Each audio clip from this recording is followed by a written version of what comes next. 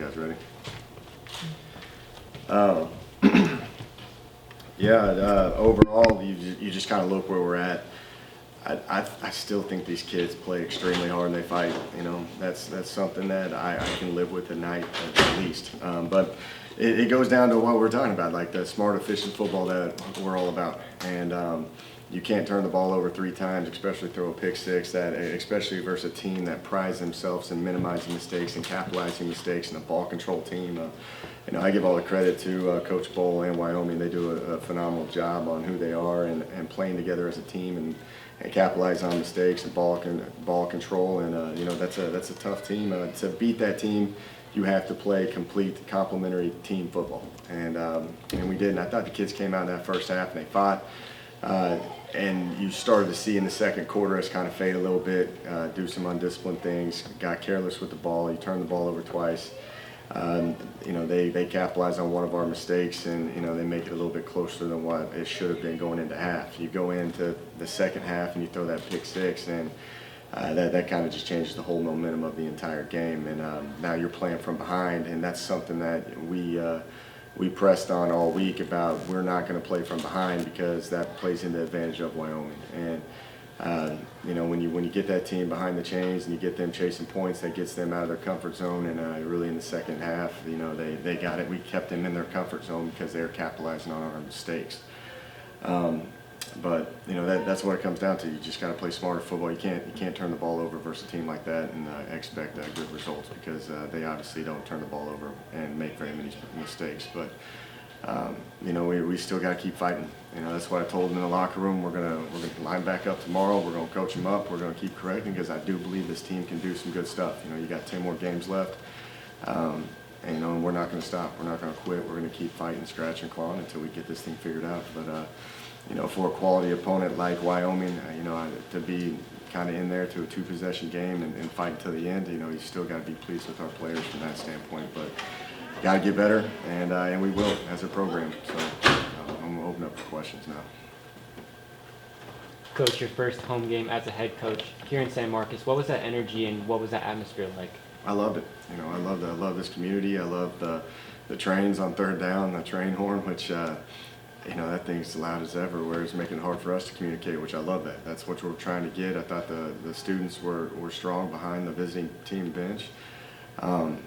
You know, we got to keep encouraging them to bring it. You know, I hope they see that we're fighting, you know, and we're trying to make things as exciting as possible, and we're out there competing to, you know, our best ability, and understand that we still need their support. And you know, we're gonna keep fighting for them until we change this thing and give them a product that they're gonna be pretty happy with.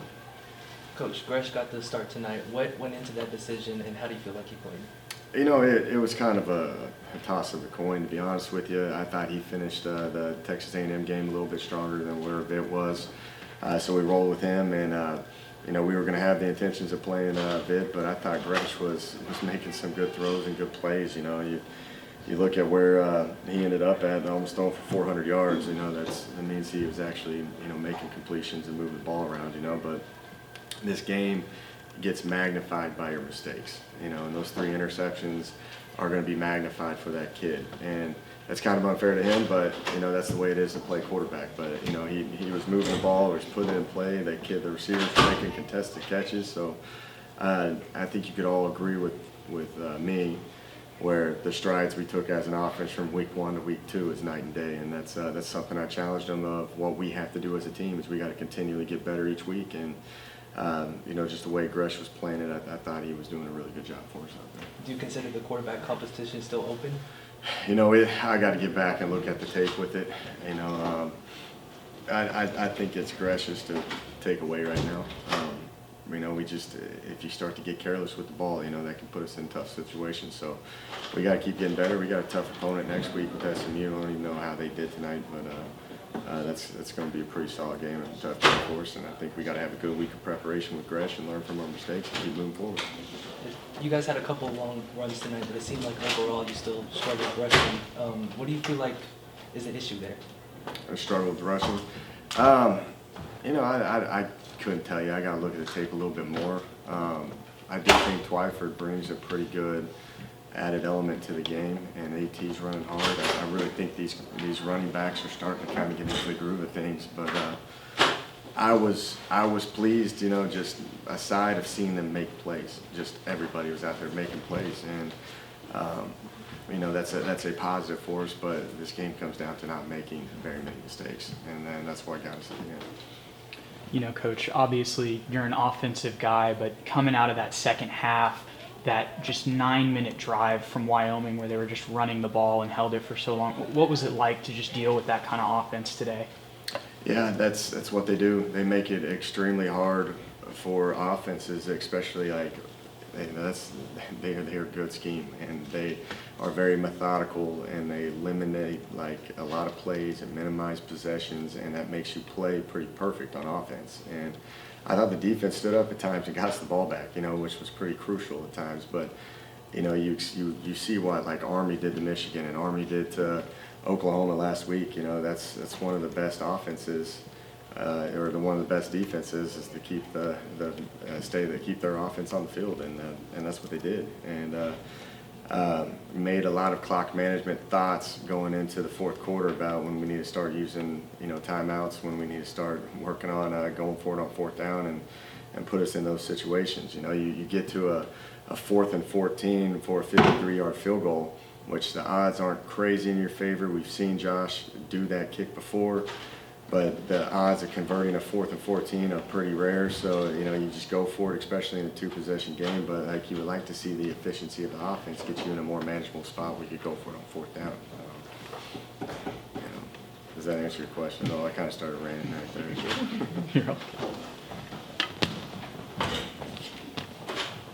Coach, you talked about how the offense took a step forward. What were the changes to the offensive scheme, especially going from A&M to Wyoming? I thought they put it in play. They made, you know, completions, high percentage throws. It's all about just, you know, doing the little things right and the simple execution. And I thought they were doing that, you know. And you look at the first quarter, you loved what we were seeing. You know, we end up doing a big play with K-Dot right there in the second quarter, and then all of a sudden we throw the pick. Then we have the fumble, and then we come out in the third quarter, and then we throw the pick six, and then momentum changes very quickly when you have those mistakes.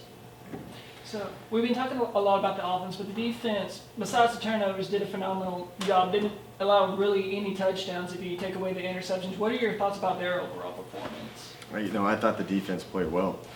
You know, I think where they were getting frustrated was the 9-minute drive. You know, we've been challenging the defense because we think that they're pretty good and they play at a high level, but we've been challenging them that we've got to win games with you guys. Like, you got to find a way to create a turnover. They didn't get a turnover at all for us. You know, they got to find ways to just win the game on defense. But you know, I'm pleased with how these kids are playing. You know, that's, as a coach, I said this last week. Like, they're playing with extreme effort. They're getting them down. They're putting the ball in play. They're getting over their mistakes, and they line back up and they do it again. Like, Gresh would throw a pick and line back up, and you throw the same throw and you complete it. You know, those are things that you're looking for as a coach. We just got to keep coaching them up and making sure that we can find a way to win it on defense, and make sure that we're minimizing mistakes on offense. So you're going to go between like Wyoming, who's usually a ground and pound team, to go into SMU, who's Tempo, throwing it all around, and with Shane Buechele and Sonny Dykes at quarter. How are you going to prepare like your defense for basically going from a transition to like where the two offenses are really night and day? Yeah, that's just kind of the nature of the beast, you know. You know, but there's a lot of familiarities with what we do on offense, a lot of 11 personnel sets. You know, I come from that tree, you know, in a lot of ways. You know, I worked for their offensive coordinator, Rhett Lashley. I worked with, you know, Gus Malzahn at Tulsa, and he is a prodigy of Gus, and then having Sonny Dykes, who I worked for in the air raid system. So we're pretty familiar with what they do. But that's the beauty of this game. You got to find ways to get your guys in the right position to have success, and I think we'll line it back up tomorrow and get this game over with and move forward and put a good game plan to go compete for SMU.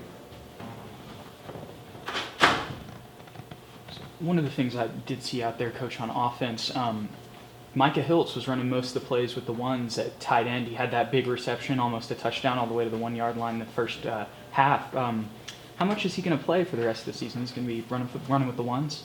Yeah, I think he's you know, we're playing a lot of different tight ends right now, but he definitely deserves the right to run out there with the ones. He's a young buck though. You know what I mean? Like that's who he is.